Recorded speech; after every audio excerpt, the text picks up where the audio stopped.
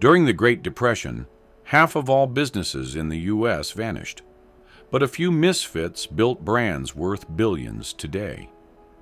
One used cardboard to launch the most iconic board game ever. Another mortgaged his house to animate a fairy tale. Want to know how they beat the odds while everyone else broke down? You're about to find out. Chapter 1. America at Rock Bottom. The harsh landscape of the 1930s. By the fall of 1929, America's roaring dreams came to a screeching halt. When the stock market crashed on October 29, 1929, a day that would be remembered as Black Tuesday, over $14 billion in wealth vanished in a single day. That's over $250 billion in today's dollars. But the collapse wasn't just financial, it was human. By 1933, the U.S. unemployment rate hit 25%, with some cities like Toledo and Cleveland soaring beyond 50%. Over 15 million Americans were out of work. Factories shut down. Farms failed. 5,000 banks collapsed, wiping out savings overnight. Families that had money on Monday were penniless by Friday. In New York City, more than 100,000 people applied for relief each week. In the Great Plains, another disaster raged, the Dust Bowl. Poor farming practices mixed with severe drought created massive storms of dust, swallowing entire towns. From 1930 to 1936, more than 850 million tons of topsoil blew away. Over 2.5 million people abandoned their farms and migrated west, many landing in California's agricultural camps with nothing but the clothes on their backs. Food lines stretched for blocks. Soup kitchens, often run by churches and volunteers, served millions but couldn't feed everyone. In Chicago alone, by 1932, the city's public kitchens were feeding over 12,000 people a day. Despite this, some people dared to build. In the shadows of collapse, a few visionaries looked beyond the ruins and saw opportunity. They didn't have money, but they had ideas, skills, and an unbreakable will. They weren't spared by the Depression. They were sharpened by it.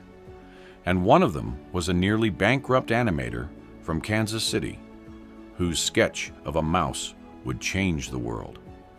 Let's talk about Walt Disney. Chapter 2.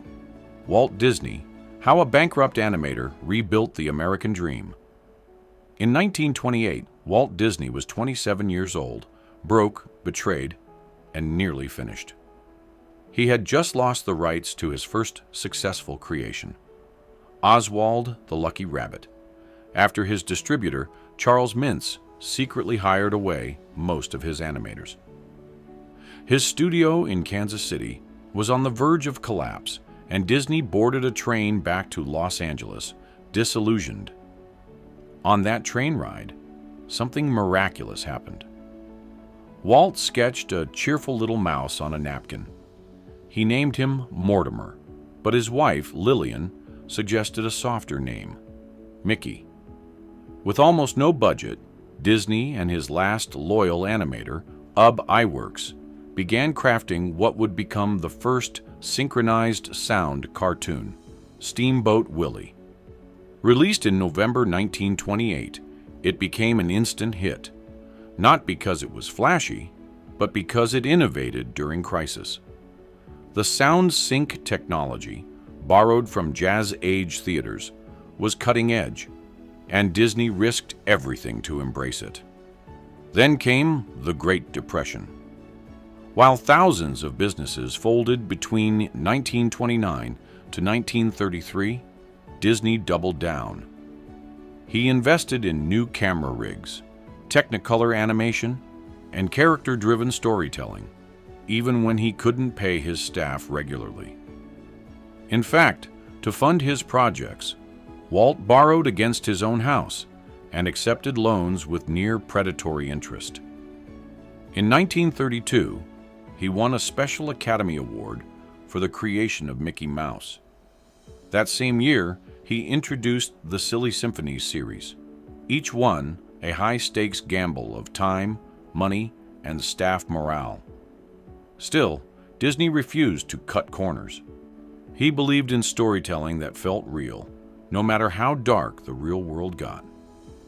Then came the ultimate risk: Snow White and the Seven Dwarfs. At a time when studios avoided costly projects, Walt bet everything on a full-length animated film. It took 3 years, 750 artists, and $1.5 million. A fortune in Depression dollars. People in Hollywood called it Disney's folly.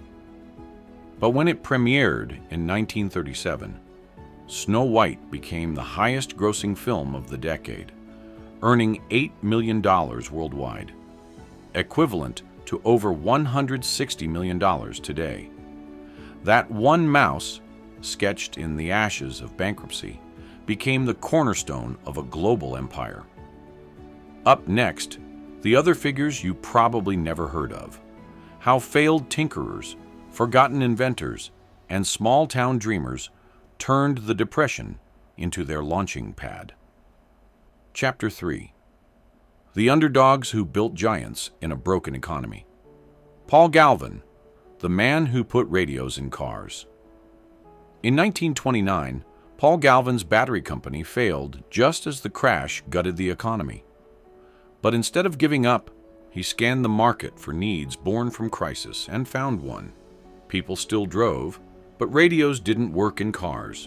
In 1930, using a $30,000 loan, Galvin's new company, Galvin Manufacturing, introduced the first affordable car radio, calling it the Motorola, a blend of motor car and Victrola. He priced it at $110, almost 20% of a new Ford Model A's cost. Despite that, it took off. By 1935, Motorola had sold over 100,000 units. His company would later become Motorola Incorporated, powering wartime communications, NASA space missions, and mobile phones. Galvin didn't just survive the Depression. He rewired how Americans consumed information. Charles Darrow, the man who sold the American dream in a box. In 1933, unemployed heater repairman Charles Darrow began drawing a homemade board game based on the streets of Atlantic City. He called it Monopoly. Using scraps, oilcloth, and cardboard, he crafted the first sets by hand, selling them locally. When Parker Brothers rejected it initially, Darrow kept selling until public demand forced a second look. In 1935, Parker Brothers purchased Monopoly, and it sold 278,000 units in its first year. The following year, over 1.7 million copies. Darrow became the first millionaire game designer in the middle of a depression where families lived on less than $500 per year. J.C. Penney survived a nervous breakdown to rebuild a retail empire, James Cash.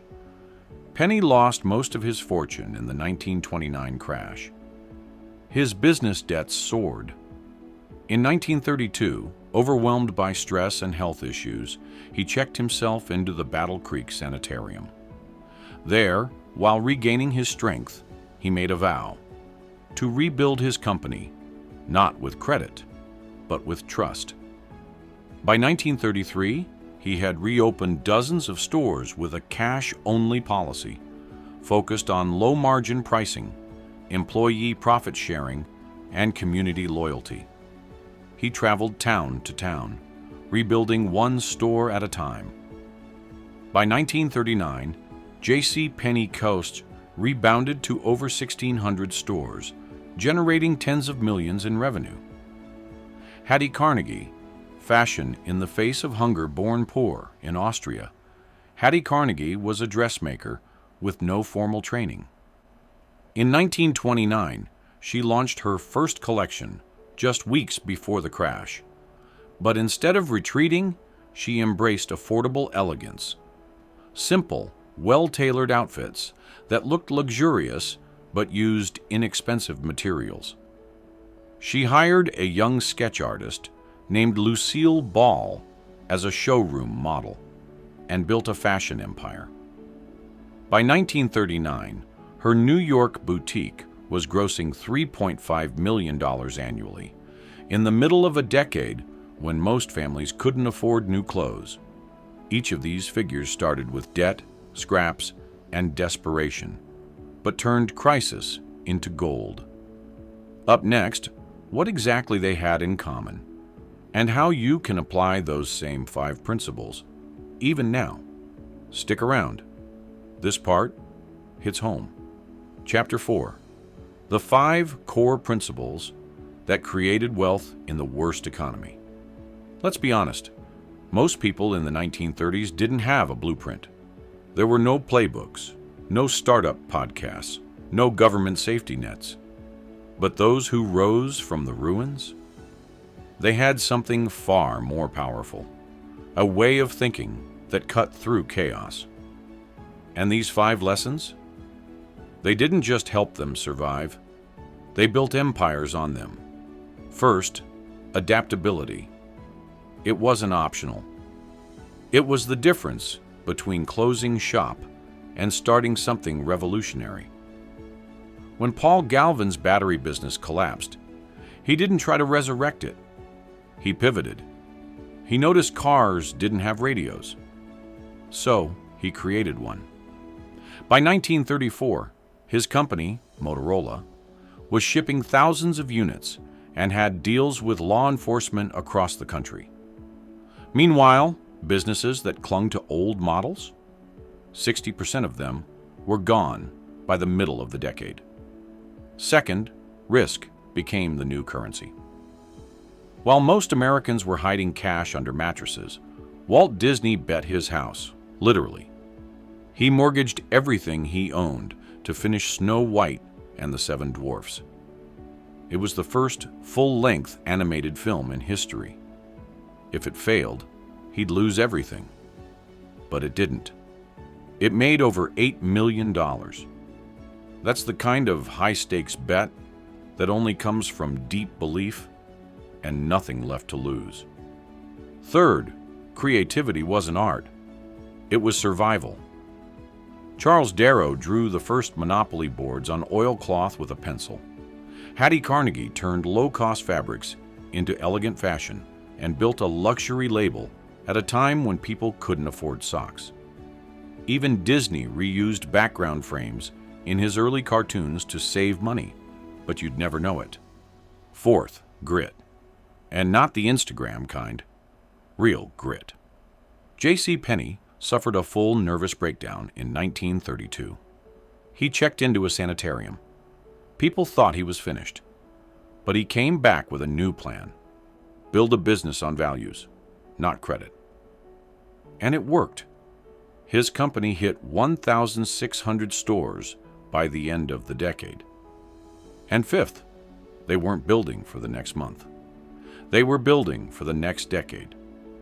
When Motorola launched in 1930, barely 1 in 100 cars had radios. By the end of the 40s, 1 in 3 did. Monopoly started as a homemade diversion in a Philadelphia kitchen and became the most successful board game in history, licensed in over 100 countries. Walt Disney didn't just make cartoons. He was designing a kingdom. You see the pattern? These weren't lucky people. They were bold, broke, and brilliantly long-sighted.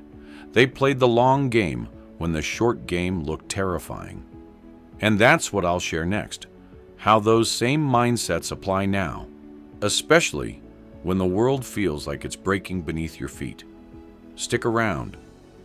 This next part might be the wake-up call you didn't know you needed. Chapter 5. Why these depression lessons still matter, especially right now. If you've made it this far, there's a good chance you already feel it. The uneasy rhythm in today's economy. Layoffs that don't make headlines. Prices rising faster than your paycheck. Entire industries collapsing in real time while AI and automation rewrite the rules. It's not exactly 1932, but it echoes. And this is where those stories from the Great Depression stop being history and start becoming prophecy. Let's talk about the first echo, instability. In 2023 alone, over 250,000 jobs were lost in the tech sector. Major banks collapsed again. The housing market cooled while rents soared. Just like in the early 1930s, people who believed this won't affect me were blindsided. The lesson? Adaptability is still the most important trait you can have. Ask yourself, do you have just one income stream? One skill set? One plan? Because people like Paul Galvin didn't just invent something new. They looked for what the world needed and moved fast. That's a mindset that doesn't expire. And then there's the risk factor. Back then, Walt Disney betting his house sounded crazy. Today, it might sound like starting a business on your credit card, or quitting your job to build something no one believes in yet. But if you wait for safe, you'll miss the window entirely. History never rewards hesitation during collapse, it rewards action. Then there's grit, the kind that shows up after failure. J.C. Penney wasn't a genius. He was a man who cracked under pressure, rebuilt his values, and came back stronger. And isn't that what most of us need right now? Because let's be real, we're not just dealing with a shaky economy. We're living in a time of psychological exhaustion, sky-high anxiety, digital burnout. But remember, people in the 1930s had none of what we have today. No internet, no smartphones, no remote work, no side gigs. And yet, they hustled harder, built smarter, and helped each other survive. That's the final lesson. These rags to riches stories weren't about rugged individualism. They were about community. Even Disney didn't do it alone. He had loyal animators working unpaid overtime. Paul Galvin had engineers who built radios in cold warehouses. J.C. Penney had store managers who believed in rebuilding town by town. So if you're watching this right now, ask yourself, what can you build in a collapsing world? What can you learn from people who turned zero into empire? What are you doing now that your grandkids will call brave? Because when the dust settles, and it always does, it's not going to be about who had the most money. It'll be about who moved when others froze. And that is how you survive the next Great Depression before it even begins. If you made it this far, you're not just watching, you're learning what most people overlook. Hit like, subscribe, and check out our next episode. Because the next story might just change how you see money, resilience, and survival. Let's go deeper.